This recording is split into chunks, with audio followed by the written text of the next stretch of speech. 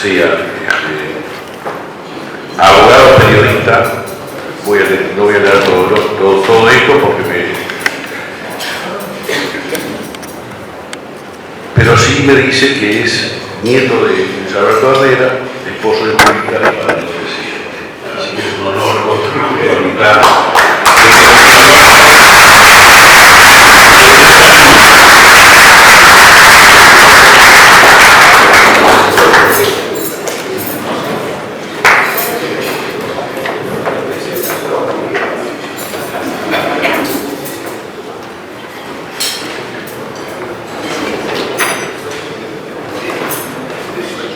Señor presidente del Rotary Montevideo, señor presidente de la Barbadomus, querido doctor Bartolomé Grillo, felicitaciones por la obra realizada.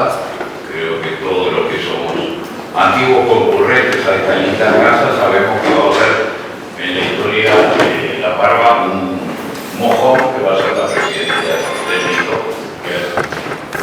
modernizado, transformado esta linda casa. Quiero decir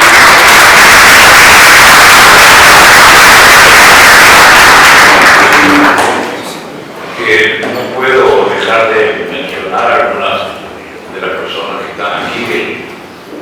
El doctor Gerardo Amarilla, subsecretario del Ministerio de Medio Ambiente, el presidente y director del Instituto Histórico y Geográfico, la institución cultural más antigua y más prestigiosa, el doctor Juan José Arriaga, y Juan Gavito Soboli, que es no solamente un directo amigo, sino que ha sido el más alto jerarca de la ANEP y ahora está de nuevo en el lugar donde puede contribuir al país con las cosas tan importantes que sabe.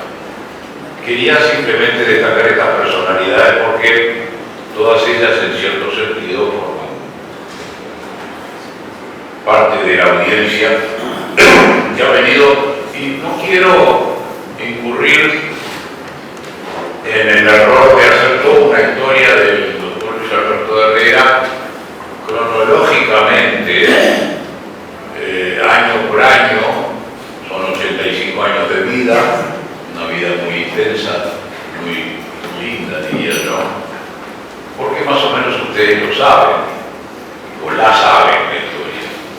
Simplemente algunos detalles, pero alguien que yo quiero mucho me sugirió que pusiera especial énfasis en la visión menos conocida de este compatriota nuestro, que es la de historiador, investigador y pensador.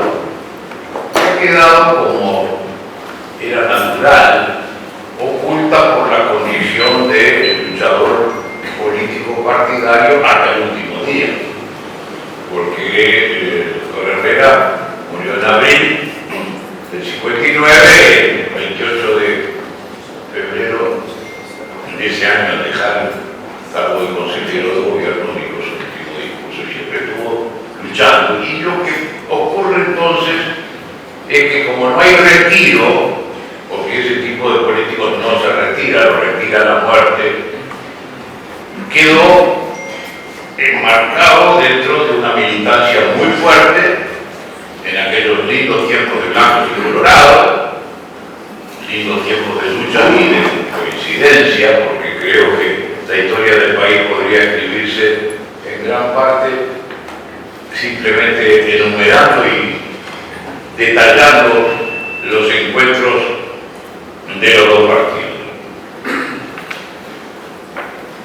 Pero para recordar, digamos, que esta persona que vivió 85 años venía de una tradición familiar antigua. 1749 viene el primero de los integrantes de esta familia de Río de la Plata a Buenos Aires, o sea, hace más de 260 años vinieron a Buenos Aires, luego pasaron a la Banda Oriental, después República Oriental, y ya estuvieron desde ese entonces mezclados en las cosas de la patria.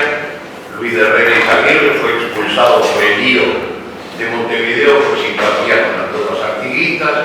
Su hijo fue soldado en Ituzaingó, en la campaña de las Misiones. El decán militar de Rivera, que siempre en casa hay un recuerdo muy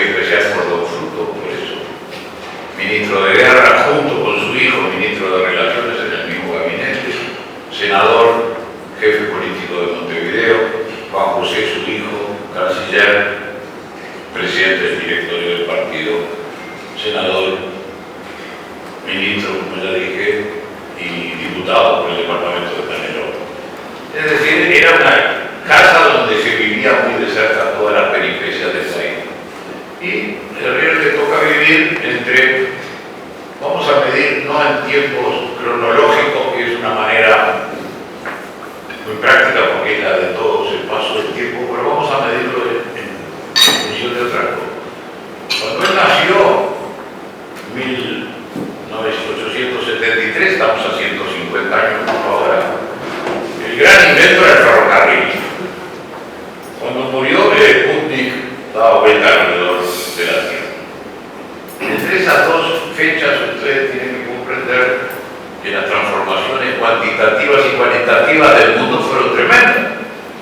Es decir, eran años, pero también cosas, episodios, circunstancias, la guerra franco-prusiana del 70, las dos guerras mundiales, la guerra de Corea. Es decir, en el ámbito que ustedes quieren medir lo que nos presentan esos 85 años y van a encontrar mojones de toda calidad y cantidad. Una cosa interesante que no todo el mundo sabe, el doctor Herrera era hijo de Juan José de Herrera y Manuela Quevedo. Con esos apellidos tan españoles, fue protestante, porque su madre era protestante de la iglesia anglicana, por ser sobrina de San Melafón, y aprendió inglés al mismo tiempo que español, y fue a la iglesia anglicana, al templo que todos conocemos, antes colocado sobre el mar y luego trasladado a donde está actualmente. Su formación fue en el Elvio Fernández, típico lugar a donde iban los que no eran muy prácticos católicos, y su padre, Juan José, integraba la institución de la calle Lumioso Terra como su padre, es decir, era masón. Entonces fue una escuela laica que en ese momento empezaba a coleccionar grandes figuras. En el Elvio Fernández han estado las principales figuras de la historia del país. Luego estuvo en Buenos Aires en la escuela porque se fueron exiliados, escapando de las guerras civiles, y estuvo en la escuela de Buenos Aires, luego se recibió de abogado.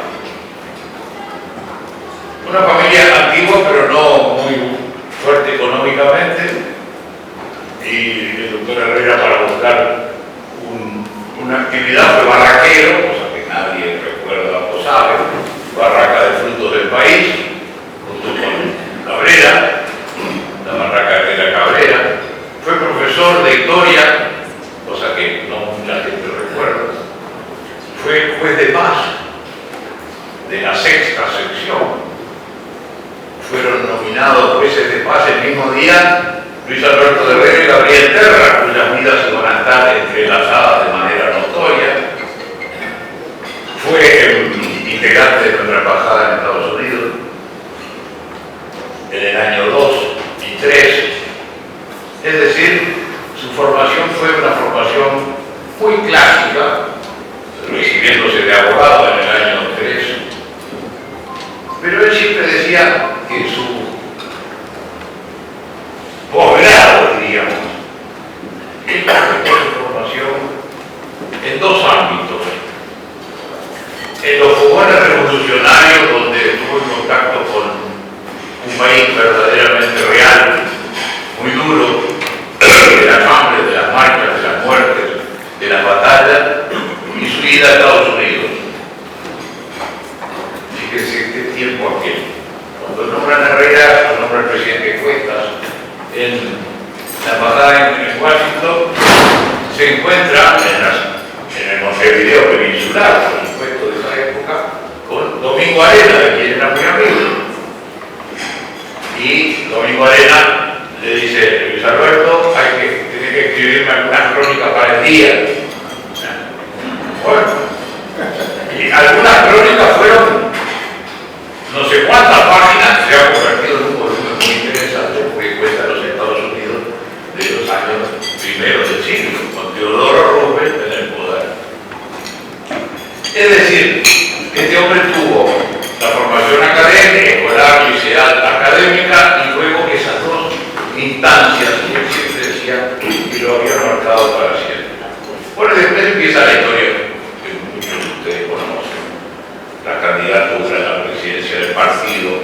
Algo interesante que hay que recordar: Herrera y Valle Ordóñez son los que abren la participación popular en los partidos blanco y colorado, en los cuales no es que dominaban, sino que prevalecían figuras de un cierto nivel, de familias antiguas, y eso estaba más o menos consonante con las restricciones al sufragio. No se podía votar si no se sabía de escribir, si era peón a sueldo o dependiente. Y ambos rompen a su manera esa especie de fortaleza de ciertos niveles sociales y hacen irrumpir a la gente en los dos partidos. Por algo, vallismo y herrerismo son todavía símbolo de participación popular. Son Valle y Herrera, en cierto sentido, traidores a su clase. Son los que le dan la espalda al pasado doctoral de construcción de los partidos para abrirlo a la participación popular. Luego Herrera participa en 6 elecciones, nunca logra la presidencia de la República.